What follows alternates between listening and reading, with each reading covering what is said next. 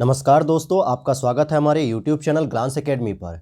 आज की वीडियो में दोस्तों हम डिस्कशन करेंगे यूपी टेट 2015 प्राइमरी लेवल के एग्ज़ाम में जो चाइल्ड पेडागोजी क्वेश्चन आए हुए हैं। 30 क्वेश्चन पे आज हम डिस्कशन करेंगे और इसी तरीके से हमने एनवायरनमेंट के सभी ईयर के पेपर सॉल्व किए हैं और चाइल्ड पेडागोजी के भी हमने 19 से लेके 16 तक के पेपर सॉल्व कर दिए हैं। अगर आप लोग चैनल पर अभी नए आए हैं तो प्लीज़ आप लोग जो है कि प्लेलिस्ट में जाकर उन क्वेश्चन को भी देख लीजिएगा, प्रीवियस ईयर के पेपर्स को।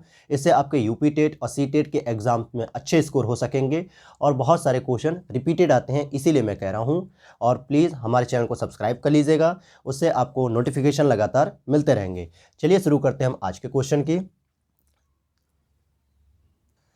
क्वेश्चन नंबर फर्स्ट कह रहा है आपसे, प्रासंगिक अंतर्बोध परीक्षण यानी कि टेट का विकास किसके द्वारा किया गया था? साइमंड, होल्ट्जमैन, मरे या बेलक? तो इसका सही जवाब हो जाएगा मरे ने जो है कि इसका विकास किया था। आइए थोड़ी सी और जानकारी ले लेते हैं।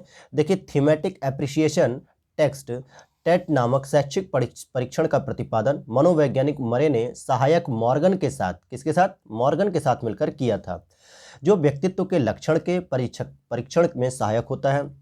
बेलक ने 10 प्रवृत्तियों के आधार पर, कितनी प्रवृत्ति? 10 प्रवृत्तियों के आधार पर टेट कहानियों का विश्लेषण करने का प्रयास किया था और व्यक्तित्व गुणों का समन्वित रूप है। ये जो है कि गिलफोर्ड की परिभाषा है, जो कि बहुत ही इंपॉर्टेंट मानी जाती है पर्सनालिटी के लिए। तो इसको आप याद कर लीजिएगा, आपके क्वेश्चन में आ सकता है ये प्रश्न।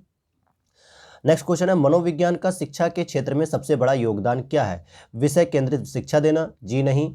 शिक्षक केंद्रित शिक्षा देना? जी नहीं। क्रिया केंद्रित शिक्षा देना? जी नहीं। बाल केंद्रित शिक्षा देना? ये ऑप्शन सही हो जाएगा, क्योंकि हम चाइल्ड सेंटर्ड ही बात करेंगे एजुकेशन को, तभी बच्चा जो है कि व्यवहारिक रूप में अच्छे से स्टडी कर पाएगा। क्वेश्चन नंबर थर्ड आपका है। क्वेश्चन नंबर थर्ड अगर हम बात करें तो क्या कहता है क्वेश्चन नंबर थर्ड? आइए देखते हैं।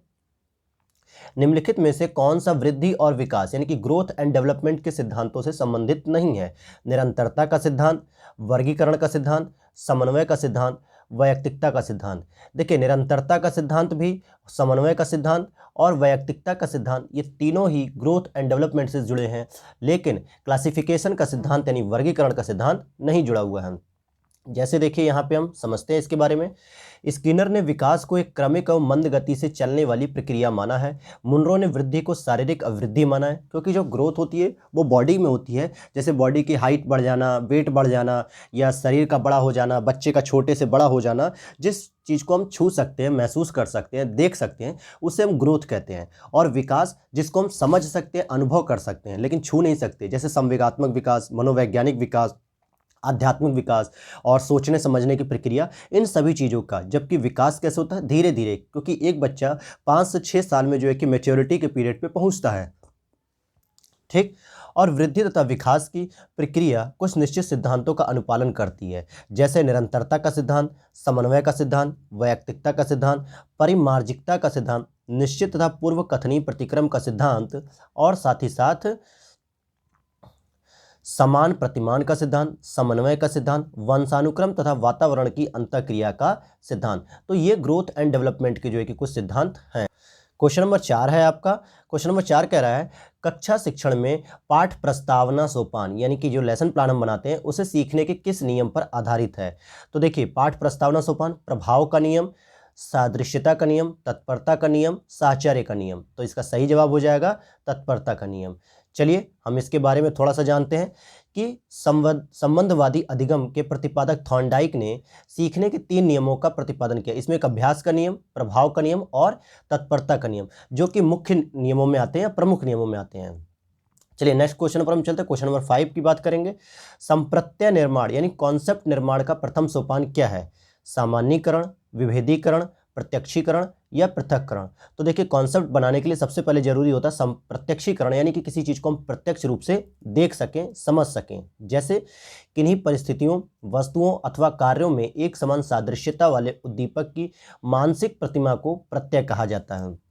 मस्तिष्क के द्वारा संवेदनाओं, प्रत्यक्षणों की सहायता से विभिन्न वस्तुओं व परिस्थितियों के संबंध में प्राप्त सूचनाओं का यहाँ पे संश्लेषण और विश्लेषण किया जाता है, और उसके बाद एक कॉन्सेप्ट बनाया जाता है, जिसमें हम पहले ऑब्जर्वेशन करते हैं, फिर उसका एनालिसिस करते हैं, फिर कंपैरेटिव करते हैं, कंपैरिजन, फिर उसको सेपरेशन करते हैं और फिर जनरलाइज कर देते हैं। तो ये आपका एक सिद्धांत बनता है। नेक्स्ट क्वेश्चन है दोस्तों, प्रेक्षणात्मक अधिगम संप्रत्यय किसके द्वारा दिया गया था? इसका सही जवाब हो जाएगा बंडूरा साहब के द्वारा दिया गया था। चलिए हम नेक्स्ट क्वेश्चन पर चलते हैं। अधिगम में जो है कि डैश ने प्रभाव का नियम दिया, यानी अधिगम ने किस जो है कि प्रभाव का नियम किसने दिया? तो आपका ऑप्शन हो जाएगा थॉर्नडाइक साहब ने दिया था। थॉर्नडाइक ने अधिगम के 3 प्रमुख नियम दिए, जिसमें अभ्यास का नियम है, प्रभाव का नियम है और तत्परता का नियम है। ये बार बार आ रहा है, इसलिए आप लोग इसको जरूर याद कर लीजिएगा, ये क्वेश्चन बार बार रिपीट हो रहा है थॉर्नडाइक का। नेक्स्ट क्वेश्चन है, किस विधि का उपयोग स्मृति के मापन के लिए नहीं किया जा सकता? यानी मेमोरी के जो मेजरमेंट होते हैं उसके लिए नहीं यूज हो सकता, जैसे प्रत्यावाहन विधि, तार्किक विधि, पहचान विधि, पुनः सीखना विधि। तो देखिए हम किसी चीज़ की पहचान कर सकते हैं, हम किसी चीज़ का प्रत्यावाहन कर सकते हैं या पुनः किसी चीज़ को रिपीटेशन कर सकते हैं, लेकिन लॉजिकल रीजनिंग होना अंडरस्टैंडिंग लेवल पर जाता है, यानी अवबोध के स्तर पर जाता है, विश्लेषण के स्तर पर, स्मृति के स्तर पर जो है कि तार्किक विधि का प्रयोग हम नहीं कर सकते हैं। चलिए नेक्स्ट क्वेश्चन की अगर हम बात करें, क्वेश्चन नंबर 9 है, बाल मनोविज्ञान का क्षेत्र है केवल शैशवावस्था की विशेषताओं का अध्ययन करना, केवल गर्भावस्था की विशेषताओं का अध्ययन करना, केवल बाल्यावस्था की विशेषताओं का अध्ययन करना और गर्भावस्था से किशोरावस्था की विशेषताओं का अध्ययन करना। तो देखिए यहाँ पे ये 3 जो वर्ड लगे हुए केवल, जो कि रिजिड हैं, इससे ये आंसर गलत हो रहे हैं, लेकिन सही आंसर हो जाएगा डी आपका, जिसको हम गर्भावस्था से, जब बच्चे का भ्रूण पैदा हो रहा होता है तभी से जो है कि हम इसके अध्ययन को समझ सकते हैं। वह अवस्था जो कि माता के 21वें गुणसूत्र जोड़े के अलग न हो पाने के कारण होती है, तो उसे हम क्या कहते हैं? Down syndrome, Klinefelter syndrome, Turner syndrome, Wilson syndrome. तो इसका आंसर हो जाएगा डाउन सिंड्रोम। क्या हो जाएगा दोस्तों? Down syndrome. चलिए यहाँ पे थोड़ा सा जानकारी लेते हैं कि डाउन सिंड्रोम क्या है। डाउन सिंड्रोम एक आनुवंशिक या क्रोमोसोम जनित विकार है। तो कैसा विकार है, यानी कैसी बीमारी है? जेनेटिक बीमारी है, जो शरीर में क्रोमोसोम का एक अतिरिक्त जोड़ा बन जाने से होती है। सामान्यतः शिशु 46 क्रोमोसोम के साथ पैदा होता है और 23 क्रोमोसोम जिसमें माता से प्राप्त करता है और 23 क्रोमोसोम जो है कि अपने पिता से ग्रहण करता है। इसीलिए हम कहते हैं कि ह्यूमन में 23 पेयर क्रोमोसोम होते हैं, 23 पेयर होते हैं। परंतु डाउन सिंड्रोम से पीड़ित शिशु एक अतिरिक्त जो माता के 21वां क्रोमोसोम जोड़े के अलग न होने के कारण हो जाता है, और इससे उसके शरीर में क्रोमोसोमों की संख्या कितनी होती है? 47 हो जाती है, जो कि एक जेनेटिक बीमारी होती है, और इससे क्या होता है? शरीर और मस्तिष्क का विकास रुक जाता है। नेक्स्ट क्वेश्चन, कोलबर्ग के अनुसार किस अवस्था में नैतिकता बाह्य कारणों द्वारा निर्धारित होती है? तो पूर्व पारंपरिक अवस्था, पश्चात पारंपरिक अवस्था, कोई नहीं। तो सही जवाब हो जाएगा इसका पूर्व पारंपरिक अवस्था। ये जो है कि कोलबर्ग का था। अब देखिए यहाँ पे मनोवैज्ञानिक कोलबर्ग ने नैतिक विकास के 3 स्तर बताए हैं। कितने स्तर बताए हैं? 3 स्तर। जैसे एक होता है पूर्व परंपरागत, जिसमें दंड तथा आज्ञा पालन अभिमुखता और यांत्रिक सापेक्षिक अभिमुखता को शामिल किया गया है। दूसरा है परंपरागत स्तर, जिसमें परस्पर एकरूप अभिमुखता तथा अधिकतर संरक्षण अभिमुखता को शामिल किया जाता है। तीसरा है उत्तर परंपरागत स्तर, इसमें सामाजिक अनुबंध विधि सम्मुख अभिमुखता और सार्वभौमिक नैतिक सिद्धांत अभिमुखता को शामिल किया जाता है। तो ये 3 प्रकार के नैतिक स्तर के बताए थे। नेक्स्ट क्वेश्चन है आपका, कौन सा एक सही क्रम है? अंडाणु शुक्राणु, फिर ब्लास्टोसिस, फिर युग्मनज, या ब्लास्टोसिस अंडाणु शुक्राणु और युग्मनज, या ब्लास्टोसिस युग्मनज अंडाणु शुक्राणु, या अंडाणु शुक्राणु युग्मनज ब्लास्टोसिस? तो इसका सही ऑप्शन हो जाएगा आपका डी वाला, क्योंकि सबसे पहले अंडाणु और शुक्राणु आपस में जो है कि क्या करते हैं? क्रिया करते हैं, मादा और नर के, यानी मेल और फीमेल के। फिर वो जाइगोट्स यानी युग्मनज बनाते हैं। फिर उसके बाद जो है कि वो टूटने की प्रक्रिया होती है सेल की, 2, 4, 8, 12, मतलब 8 के बाद 16, 32, 64, इस तरीके से ब्लास्टोसिस की प्रक्रिया होती है। तो ऑप्शन आपके हो जाएंगे डी वाला। चलिए नेक्स्ट क्वेश्चन देखते हैं, अंतर्मुखी, बहिर्मुखी तथा उभयमुखी व्यक्तित्व का वर्गीकरण किसके द्वारा किया गया है? तो इसका आंसर हो जाएगा युंग, यानी युंग महोदय ने इंट्रोवर्ट और एक्सट्रोवर्ट और उभयमुखी नाम से व्यक्तित्व का परीक्षण किया था। चलिए देखिए यहाँ लिखा हुआ भी है इंट्रोवर्ट, एक्सट्रोवर्ट और एम्बीवर्ट। नेक्स्ट क्वेश्चन है आपका, उदाहरण, निरीक्षण, विश्लेषण, वर्गीकरण, नियमीकरण, ये निम्नलिखित में से किस विधि के सोपान है? तो निगमन विधि के, आगमन विधि के, अंतर्दर्शन के, या बहिर्दर्शन के?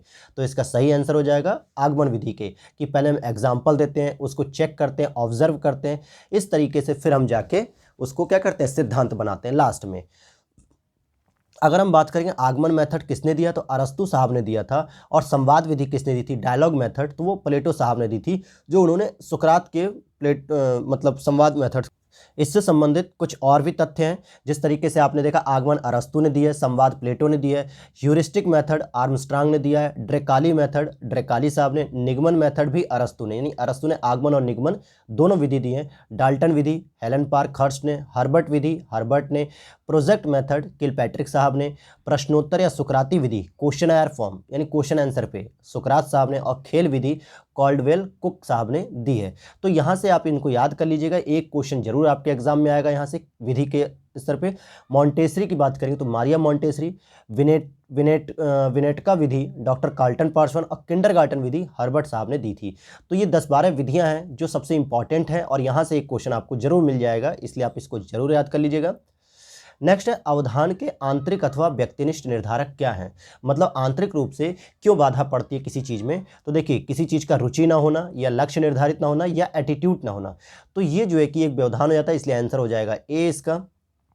चलिए नेक्स्ट क्वेश्चन की अगर हम बात करते हैं, क्वेश्चन नंबर 16, व्यवहारवादी कौन थे जिन्होंने कहा कि मुझे नवजात शिशु दे दो, मैं उसे डॉक्टर, वकील, चोर या जो चाहूं बना सकता हूं। कहने का मतलब, नवजात शिशु का जो ब्रेन होता है वो एक खाली स्लेट की तरह होता है, उस पर आप जो लिखेंगे वो वैसा ही लिखता चला जाएगा। तो इसका सही जवाब हो जाएगा, वॉटसन साहब ने कहा था इस तरीके से, क्योंकि ये पर्सनालिटी से भी जुड़े हुए हैं। चलिए क्वेश्चन नंबर 17 की बात करेंगे। तो अगर हम देखते हैं क्वेश्चन नंबर 17 को, क्वेश्चन नंबर आपका 17 कह रहा है, ध्यान आकर्षित होने में किसकी प्रमुख भूमिका होती है, उद्दीपन की तीव्रता, उद्दीपन की उपादेयता, या उद्दीपन की विश्वसनीयता, या उद्दीपन की सक्रियता।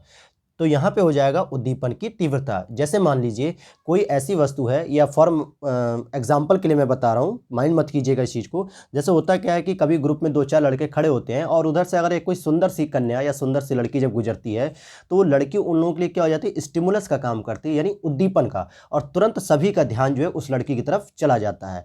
तो ये स्टिमुलस हो गया, यानी एक ऐसी वस्तु जिसकी तरफ अचानक से ध्यान आकर्षित हो जाता है, तो उसको हम स्टिमुलस या उद्दीपन कहते हैं।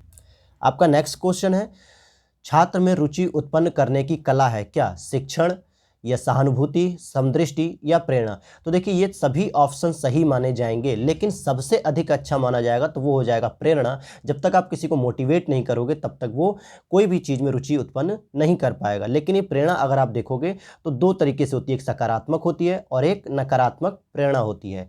जिसमें प्रेरणा देने वाले घटक क्या होते हैं, जैसे किसी का उत्तेजना, या आकांक्षा, या प्रोत्साहन, या दंड, ये हर प्रकार की जो है कि चीज़ें आती हैं इसमें। तो सामान्यतः सकारात्मक प्रेरणा से ही बच्चा आगे बढ़ता है, पढ़ने के लिए मोटिवेट होता है। फ्रायड के अनुसार, अगर आपसे पूछा जा रहा है फ्रायड के अनुसार स्टेटमेंट बताना है, तो ग्रहण किए या सीखे हुए तथ्यों को धारण करने या पुनः स्मरण करने की असफलता को हम विस्मरण कहते हैं, यानी मेमोरी लॉस। विस्मरण का अर्थ है किसी समय प्रयत्न करने पर भी किसी पूर्व अनुभव का स्मरण करने या पहले की सीखी हुई किसी क्रिया को करने की असफलता। विस्मरण वह प्रवृत्ति है जिसके द्वारा दुखद अनुभवों की स्मृति से अलग कर दिया जाता है। तो ये जो है कि फ्रायड के अनुसार सही माना जाएगा, थर्ड वाला ऑप्शन। चलिए नेक्स्ट क्वेश्चन पर चलते हैं हम। SOR किसके द्वारा प्रस्तावित किया गया है, आइए हम इसके बारे में समझते हैं। ये जो है कि क्या है, इसमें स्टार क्यों बना है।